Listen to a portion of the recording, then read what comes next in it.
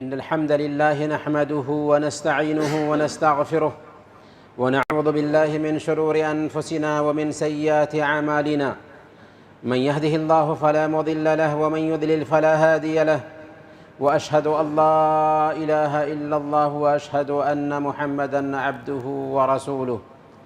فإن خير الحديث كتاب الله، وخير الهدي هدي محمد صلى الله عليه وسلم، وشر الأمور محدثاتها، وكل محدثة بدعة، وكل بدعة ضلالة، وكل ضلالة في النار.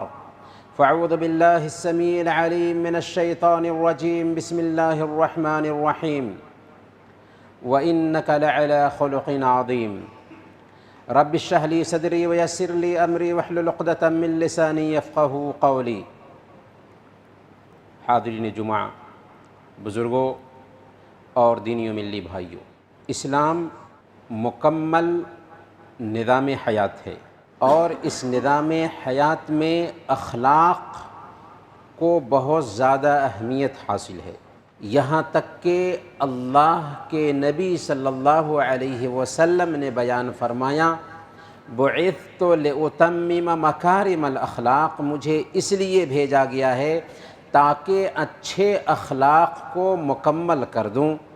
اور پیارے نبی صلی اللہ علیہ وسلم کے بارے میں اللہ تعالیٰ نے فرمایا وَإِنَّكَ لَعَلَىٰ خُلُقٍ عَظِيمٍ، اور آپ اعلیٰ اخلاق پر فائز ہیں۔ اللہ کے نبی صلی اللہ علیہ وسلم انسانوں میں سب سے زیادہ اچھے اخلاق کے تھے۔ اخلاق میں ایک چیز آتی ہے لوگوں کے جذبات کی قدر کرنا، لوگوں کے ایموشنز کی قدر کرنا، لوگوں کے مزاج کی رعایت کرنا۔ اللہ کے نبی صلی اللہ علیہ وسلم چونکہ ماہر نفسیات تھے، مزاج کو سمجھتے تھے، ایموشنز کی قدر کرتے تھے، اس لیے جس کے ساتھ اللہ کے نبی صلی اللہ علیہ وسلم کا معاملہ ہوتا، ہر ایک کے ساتھ اس کی فیلنگ کو سمجھتے ہوئے معاملہ کرتے تھے، اس کے جذبات کی قدر کرتے تھے۔ چنانچہ ایک دن اللہ کے نبی صلی اللہ علیہ وسلم نے صحابہ کرام کی مجلس میں کہا کہ میری امت میں 70,000 لوگ ایسے ہوں گے جو بغیر حساب و کتاب کے جنت میں جائیں گے، اور پھر ان کے چند صفات گنائیں۔ حضرت عکاشہ رضی اللہ تعالی عنہ کھڑے ہوئے اور انہوں نے کہا کہ یا رسول اللہ، میرے لیے دعا کر دیجئے کہ اللہ تعالی مجھے ان 70,000 لوگوں میں شامل کر دے۔ اللہ کے نبی صلی اللہ علیہ وسلم نے کہا کہ تم ان 70,000 لوگوں میں شامل ہو۔ ایک دوسرے صحابی اٹھے اور انہوں نے کہا کہ یا رسول اللہ، میرے لیے بھی دعا کر دیجئے کہ میں ان 70,000 لوگوں میں شامل ہو جاؤں۔ آپ نے فرمایا سبقک بہا عکاشہ، عکاشہ تم پر بازی لے گئے۔ حدیث کے شارحین اس حدیث کی شرح کرتے ہوئے لکھتے ہیں کہ اللہ کے نبی صلی اللہ علیہ وسلم کو پتہ تھا کہ دوسرے جو ہیں وہ ان 70,000 لوگوں میں شامل نہیں ہیں۔ اگر اللہ کے نبی صلی اللہ علیہ وسلم کہتے کہ تم ان 70,000 لوگوں میں شامل نہیں ہو تو ان کے جذبات کو ٹھیس پہنچتا، اس لیے اللہ کے نبی صلی اللہ علیہ وسلم نے کہا کہ عکاشہ تم پر بازی لے گئے۔ اللہ کے نبی صلی اللہ علیہ وسلم جب لوگوں کے ساتھ معاملہ کرتے تھے تو ان سے اگر غلطیاں ہوتیں تو ان غلطیوں کو اچھے انداز میں سدھارنے کی کوشش کرتے تھے، اور پیار اور محبت سے، نرمی سے معاملہ کرتے تھے، جذبات کی قدر کرتے تھے۔ ایک دن اللہ کے نبی صلی اللہ علیہ وسلم صحابہ کے ساتھ مسجد نبوی میں بیٹھے ہوئے ہیں۔ ایک دیہاتی صحابی آتے ہیں اور مسجد نبوی کے ایک کونے میں پیشاب کرنے لگ جاتے ہیں۔ صحابہ کرام نے ایک شخص کو دیکھا کہ مسجد نبوی پاک جگہ پر پیشاب کرنے کے لیے بیٹھا ہے، سختی کے ساتھ اس کے ساتھ نمٹنے کی کوشش کی۔ اللہ کے نبی صلی اللہ علیہ وسلم نے کہا کہ نہیں، ٹھہر جاؤ، اسے پیشاب کر لینے دو۔ جب وہ پیشاب سے فارغ ہو گئے تو اللہ کے نبی صلی اللہ علیہ وسلم نے ایک ڈول پانی کا حکم دیا کہ اس پیشاب پر بہا دیا جائے۔ پھر ان کو بلا کر کے کہا کہ دیکھیں یہ مسجد ہے، اس میں اللہ کی عبادت ہوتی ہے، اللہ کا ذکر ہوتا ہے، دعائیں ہوتی ہیں اور تسبیح ہوتی ہے، اس میں گندگی نہیں پھیلائی جاتی۔ جس کا اثر کیا ہوا کہ وہ انسان جب نماز میں جاتا ہے تو دعا کرتے ہوئے کہتا ہے اللہم ارحمنی و محمدن ولا ترحم معنا احدن، اے اللہ مجھ پر رحم فرما، محمد صلی اللہ علیہ وسلم پر رحم فرما، اور ہم دونوں کے علاوہ کسی پر رحم نہ فرما۔ اللہ کے نبی صلی اللہ علیہ وسلم نے سنا تو کہا لقد تحجرت واسعا، تو نے نہایت ہی کشادہ جو اللہ کی رحمت ہے اس کو تنگ کر دیا۔ تو یہاں پر غور کرنے کی بات یہ ہے کہ اللہ کے نبی صلی اللہ علیہ وسلم نے اس دیہاتی کے جذبات کی قدر کی، نرمی کے ساتھ اس سے معاملہ کیا۔ اس سے ہم بھی سیکھتے ہیں کہ لوگوں کے ساتھ نرمی سے معاملہ کرنا چاہیے، لوگوں کے جذبات کی قدر کرنی چاہیے۔ صحیح مسلم کی روایت ہے، حضرت معاویہ بن حکم السلمی رضی اللہ تعالیٰ عنہ بیان فرماتے ہیں کہ ایک دن ہم اللہ کے نبی صلی اللہ علیہ وسلم کے ساتھ نماز میں تھے، ایک آدمی کو چھینک آئی، میں نے نماز کی حالت ہی میں یرحمک اللہ کہہ دیا۔ لوگوں نے میری طرف گھور گھور کر دیکھنا شروع کیا۔ میں نے کہا کہ تمہاری مائیں تمہیں گم کریں، تم کیوں مجھے گھور گھور کر دیکھ رہے ہو؟ صحابی تھے، مسئلہ معلوم نہیں تھا، اس لیے نماز میں بات کر دی۔ صحابہ کرام اپنے رانوں پر ہاتھ مارنے لگے، جس سے ان کو احساس ہوا کہ وہ ان کو چپ کرانا چاہتے ہیں، چنانچہ وہ خاموش ہو گئے۔ جب اللہ کے نبی صلی اللہ علیہ وسلم سلام پھیرتے ہیں تو خود معاویہ بن حکم السلمی رضی اللہ تعالیٰ عنہ کہتے ہیں کہ میں نے آپ سے بہتر استاذ کبھی نہیں دیکھا، آپ نے نہ ہمیں مارا، نہ ڈانٹا، نہ سخت سست کہا، بلکہ صرف یہ کہا کہ ہم نماز میں ہوتے ہیں، اس میں ذکر ہونا چاہیے، تسبیح ہونی چاہیے، قرآن کی تلاوت ہونی چاہیے، انسانی گفتگو نہیں ہونی چاہیے۔ یہاں پر ہمیں ایک مسئلہ یہ سمجھ میں آیا کہ اگر ایک انسان بھول کر کے مسئلہ نہ جاننے کی وجہ سے نماز میں بات کر لے تو اس کی نماز ہو جاتی ہے، لیکن جان بوجھ کر کے اگر کوئی آدمی نماز میں بات کر لے تو اس کی نماز باطل ہو جائے گی۔ سب سے اہم چیز اس قصے سے ہم یہ سیکھتے ہیں کہ لوگوں کے جذبات کی قدر کرنی چاہیے۔ اگر ایک انسان کو مسئلہ معلوم نہیں ہے تو اس کو مسئلہ بتانا چاہیے، سختی کے ساتھ پیش نہیں آنا چاہیے، کیونکہ سختی کے ساتھ پیش آنے سے معاملہ اور الجھتا ہے، سلجھتا نہیں ہے۔ اللہ کے نبی صلی اللہ علیہ وسلم صلح حدیبیہ کے لیے تیار ہیں۔ اللہ کے نبی صلی اللہ علیہ وسلم اصل میں 1400 صحابہ کے ساتھ عمرہ کے ارادہ سے مکہ گئے تھے، لیکن مکہ والوں نے عمرہ کرنے سے روک دیا، اور کچھ شرطوں پر اللہ کے نبی صلی اللہ علیہ وسلم نے ان سے ایگریمنٹ کیا۔ اس میں سے ایک بات یہ تھی کہ آپ اگلے سال آئیے، عمرہ کیجئے، اور 10 سال تک ہمارے اور آپ کے بیچ جنگ بند رہے گی، اور پھر یہ کہ اگر ہم میں کا کوئی آدمی اسلام قبول کر لے تو آپ کو اسے لوٹانا ہوگا، اور آپ میں سے کوئی آدمی اسلام سے پھر جائے تو اسے آپ نہیں لوٹا سکتے۔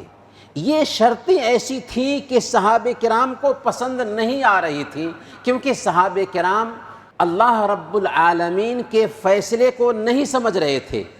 اس لیے اللہ کے نبی صلی اللہ علیہ وسلم نے جب ایگریمنٹ کیا اور صحابہ کرام سے کہا کہ چلو ہم لوگ اگلے سال عمرہ کریں گے، اپنے جانوروں کو ذبح کر لیتے ہیں، اپنے بال کاٹ لیتے ہیں، اللہ کے نبی صلی اللہ علیہ وسلم کی بات پر صحابہ کرام ہر وقت عمل کرنے کے لیے تیار ہوتے تھے۔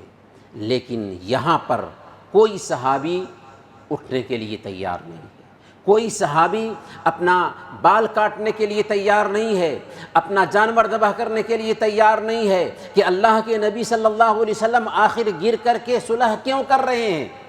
اللہ کے نبی صلی اللہ علیہ وسلم صحابہ کے جذبات کی قدر کرتے ہیں، سختی کے ساتھ پیش نہیں آتے، بلکہ اپنی بیوی حضرت ام سلمہ رضی اللہ تعالی عنہ کے پاس جاتے ہیں اور لوگوں کے بارے میں بتاتے ہیں۔ حضرت ام سلمہ رضی اللہ تعالی عنہ نے بہت ہی بہترین مشورہ دیا۔ کیا کہا؟ کہا کہ یا رسول اللہ، آپ کسی سے کچھ مت کہیے، آپ خود جائیے، اپنا جانور ذبح کیجئے، اپنے بال موڑ لیجئے، آپ دیکھیں گے کہ سب کے سب اپنے جانور ذبح کریں گے، اپنے بال موڑ لیں گے۔ چنانچہ ویسے ہی کیا اللہ کے نبی صلی اللہ علیہ وسلم نے، اور سارے صحابہ نے اپنے بال موڑ لیا اور اپنے جانور کو ذبح کر لیا۔ یہاں پر ایک اہم بات جو ہمیں سمجھ میں آتی ہے کہ کچھ لوگ سمجھتے ہیں کہ عورتوں سے مشورہ نہیں کرنا چاہیے۔ اللہ کے نبی صلی اللہ علیہ وسلم ساری انسانیت میں افضل ہیں، وہ اپنی بیوی سے مشورہ کرتے ہیں، اور وہاں پر بہترین مشورہ حضرت ام سلمہ رضی اللہ تعالی عنہ دیتی ہیں۔ یہی جو صلح ہوئی تھی 10 سال کی، اس صلح کے خلاف جب قریش گئے، ایگریمنٹ کو ختم کر لیا، تو اللہ کے نبی صلی اللہ علیہ وسلم نے فیصلہ کیا تھا کہ انہوں نے ایگریمنٹ توڑ دیا ہے، اس لیے ہم مکہ پر حملہ کریں گے، اور فتح مکہ کی تیاری شروع کر دی تھی۔ لیکن اس مسئلے کو راز میں رکھا تھا، بتایا نہیں تھا کسی سے۔ حاطب بن ابی بلتعہ رضی اللہ تعالیٰ عنہ ایک صحابی رسول ہیں، انہوں نے ایک خط لکھا، اس خط میں اہل مکہ کو خطاب کیا اور کہا کہ اللہ کے نبی صلی اللہ علیہ وسلم تمہارے اوپر حملہ کرنے والے ہیں، اور ایک عورت کو خط دے دیا۔ اللہ کے نبی صلی اللہ علیہ وسلم کے اوپر وحی آئی، اور اللہ کے نبی صلی اللہ علیہ وسلم نے چند صحابہ کو بھیجا، اس عورت سے خط لے کر کے اللہ کے نبی صلی اللہ علیہ وسلم کے پاس صحابہ آئے، اور اللہ کے نبی صلی اللہ علیہ وسلم کے پاس خط پہنچا دیا۔ اللہ کے نبی صلی اللہ علیہ وسلم نے حاطب بن ابی بلتعہ رضی اللہ تعالیٰ عنہ کو بلایا۔ اس وقت حضرت عمر فاروق رضی اللہ تعالیٰ عنہ کہتے ہیں کہ اللہ کے نبی صلی اللہ علیہ وسلم مجھے حکم دیجئے حاطب کی گردن اڑا دوں، کیونکہ یہ منافق ہو گیا ہے۔ اللہ کے نبی صلی اللہ علیہ وسلم جذبات کی قدر کرتے ہیں۔ اللہ کے نبی صلی اللہ علیہ وسلم پوچھتے ہیں، حاطب بتاؤ کس چیز نے تمہیں اس کام پر ابھارا؟ یہ تو ملک کے خلاف غداری ہے، کس چیز نے تمہیں اس کام پر ابھارا؟ انہوں نے کہا یا رسول اللہ، میں اسلام سے نہیں پھرا ہوں، اور نہیں میں بدلا ہوں، بس بات اتنی ہے کہ مکہ میں میرا کوئی رشتہ دار نہیں ہے، میں نے سوچا کہ قریش کے ساتھ ایک احسان کر دوں تاکہ میرے اہل خانہ مکہ میں ہیں، میرے اہل خانہ کا وہ لوگ خیال کریں گے، اور میں مانتا ہوں کہ میری یہ غلطی ہے۔ اللہ کے نبی صلی اللہ علیہ وسلم ان کا جواب سننے کے بعد کہتے ہیں، وما يدريك لعل الله اطلع الى اہل بدر فقال اعملوا ما شئتم قد غفرت لكم، کہ تمہیں پتہ ہے کہ حاطب بن ابی بلتعہ اہل بدر میں سے ہیں، اور بدری صحابہ کے بارے میں اللہ نے کہا ہے کہ تم جو چاہو کرو، ہم نے تمہارے گناہ معاف کر دیے۔ تو ان واقعات سے ہمیں یہ بات سمجھ میں آتی ہے کہ جلد بازی سے کام نہیں لینا چاہیے، اور لوگوں کے جذبات کی قدر کرنی چاہیے۔ یہاں تک کہ ہم اپنی فیملی کے لوگوں سے معاملہ کرتے ہیں، ہم اپنے دوستوں سے معاملہ کرتے ہیں، تو وہاں پر بھی لوگوں کے مزاج کی رعایت کرنی چاہیے۔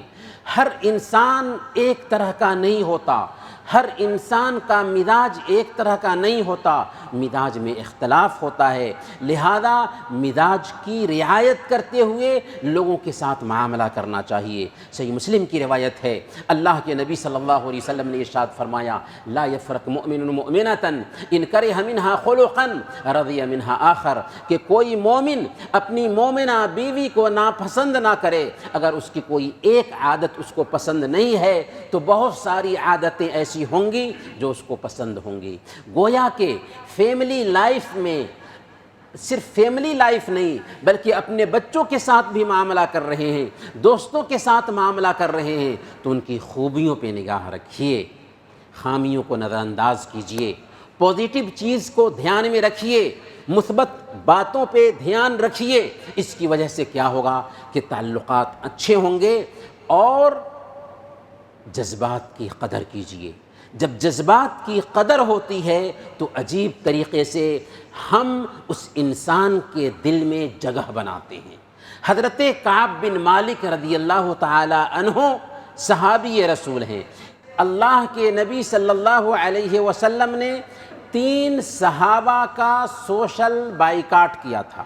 ان 3 صحابہ میں سے ایک حضرت کعب بن مالک رضی اللہ تعالی عنہ بھی تھے جن کا بائیکاٹ کیا تھا۔ 50 دن تک بائیکاٹ جاری رہا۔ جب اللہ رب العالمین نے ان کی توبہ قبول کی اور قرآن میں آیت اتری تو سارے صحابہ اٹھ کر کے ان کو مبارکباد دینے کے لیے تیار ہو گئے۔ حضرت کعب بن مالک رضی اللہ تعالی عنہ مسجد نبوی میں آتے ہیں اور صحابہ کرام ان کو مبارکباد دے رہے تھے، لیکن وہ کہتے ہیں کہ کوئی بھی اٹھ کر کے مجھے گلے لگانے کے لیے تیار نہیں ہوا سوائے حضرت طلحہ کے۔ لا انساہا لطلحہ، میں طلحہ کے اس کردار کو نہیں بھول سکتا۔ طلحہ رضی اللہ تعالیٰ عنہ اٹھ کر کے آئے تھے، مجھ سے مصافحہ کیا تھا، مجھے مبارکباد دی تھی، تو اس کو میں بھول نہیں سکتا۔ تو میرے بھائیوں، میری بات کا خلاصہ یہ ہے کہ ہمیں چاہیے کہ لوگوں کے جذبات کی قدر کریں، ایموشنز کی قدر کریں، اور اسلام ہمیں جذبات کی قدر کرنے کی تاکید کرتا ہے۔ اس کا فائدہ یہ ہوتا ہے کہ ہمارے تعلقات اچھے رہتے ہیں، لوگوں کے دل میں ہم جگہ بنا پاتے ہیں۔ اللہ تعالیٰ سے دعا ہے کہ اللہ تعالیٰ ہم سب کو جذبات کی قدر کرنے کی توفیق عطا فرمائے۔ آمین وصلی اللہ علی نبینا محمد وعلی آلہ وصحبہ اجمعین۔ بارک اللہ لنا ولکم فی القرآن العظیم ونفعنا وإیاکم بالآیات والذکر الحکیم، انہ تعالی جواد کریم ملک بر رؤوف رحیم۔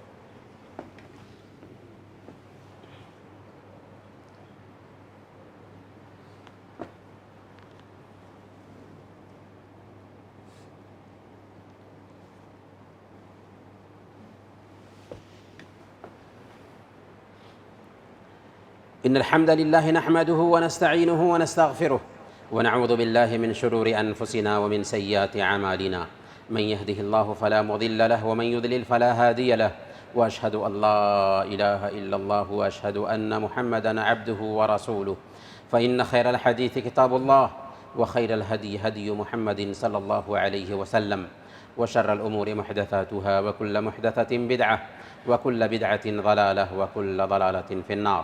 فأعوذ بالله السميع العليم من الشيطان الرجيم. بسم الله الرحمن الرحيم. إن الله وملائكته يصلون على النبي يا أيها الذين آمنوا صلوا عليه وسلموا تسليما. اللهم صل وسلم وبارك على محمد وعلى آل محمد كما صليت وباركت على إبراهيم وعلى آل إبراهيم إنك حميد مجيد. وارض اللهم عن الخلفاء الراشدين أبي بكر وعمر وعثمان وعلي وعن سائر الصحابة أجمعين. اللهم أمطر شابيب رضوانك على جميع المؤمنين والمؤمنات والمسلمين والمسلمات الأحياء منهم والأموات. اللهم لا تدع لنا ذنبا إلا غفرته ولا هما إلا فرجته ولا دينا إلا قضيته ولا حاجة من حوائج الدنيا إلا قضيتها يا أرحم الراحمين. اللهم أعز الإسلام والمسلمين وأذل الشرك والمشركين ودمر أعداءك أعداء الدين. عباد الله رحمكم الله، إن الله يأمر بالعدل والإحسان وإيتاء ذي القربى وينهى عن الفحشاء والمنكر والبغي يعظكم لعلكم تذكرون. واذكروا الله يذكركم وادعوه يستجب لكم ولذكر الله أكبر والله يعلم ما تصنعون.